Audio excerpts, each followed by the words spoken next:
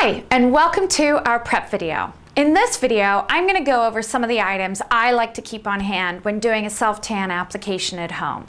One of the key things to keep in mind is if you are going to be using a new product, I suggest doing a test patch about 24 to 48 hours before application. All you need to do is just take a tiny bit of product and apply it to an area that you can't readily see, such as your inner arm, your abdomen, or your inner thigh. Allow it to process, and if you don't have any redness or irritation, you should be good to go. If you're going to be doing any kind of hair removal, such as waxing or shaving, I suggest waxing about 24 hours prior to application, and with shaving about 2 to 3 hours before application. The key thing you just want to keep in mind is that you don't want to apply self-tanner to red or irritated skin. Another key element to a great self-tan application is going to be exfoliation. So you can use Antidote's Go Slough Yourself Dual Action Body Scrub, which can also be used on the face every other day, which is an awesome attribute to the product. You can use the product in conjunction with your snazzy exfoliating gloves in the shower. The two of these together gives a great deep exfoliation, and that gets your skin primed for a perfect self-tan application. I also like to keep on hand a body lotion.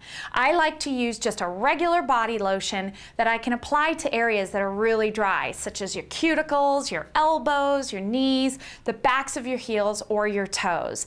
This allows the body to absorb the body lotion first, not tons of self-tanner, so we want to keep those areas a little bit lighter.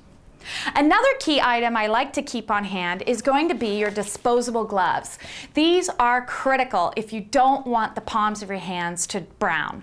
I suggest buying the smallest pair that you can fit into, because the more that you get it to feel like second skin on the skin, the less streaking you're going to have. And it's a great way to not have to stop during each body part that you apply the self-tanner and wash your hands to prevent them from turning brown.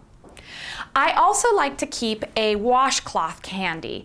I use 1/2 of the washcloth to gently buff the areas that might grab a little bit too much product, such as your elbows, your knees, and once again the back of your heels.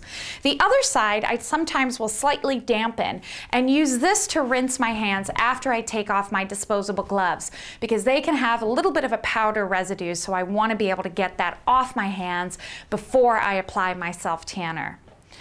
Having Q-tips, dry Q-tips, also come in handy. These I use on small areas where I want to pick up excess product, such as freckles or any kind of hyperpigmentation. So I'll just use it to scoop up a little bit of the extra product. I also suggest brushing your teeth before you do your self-tan application. There's nothing worse than having your application from head to toe and then you realize, oops, I forgot to brush my teeth, because you run the risk of turning on that faucet and getting water on your skin, which is a big no-no. Another key item that I have to have nearby is going to be a full-length mirror.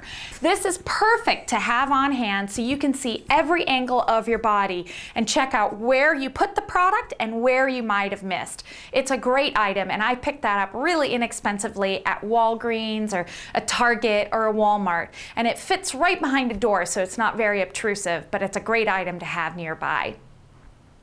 I also love to hear from you, so if you have any items that you like to use while self-tanning or any of your own tips or tricks, please email me. So stay tuned for the next videos where we're going to get right into application of the product. Thanks so much and happy glowing!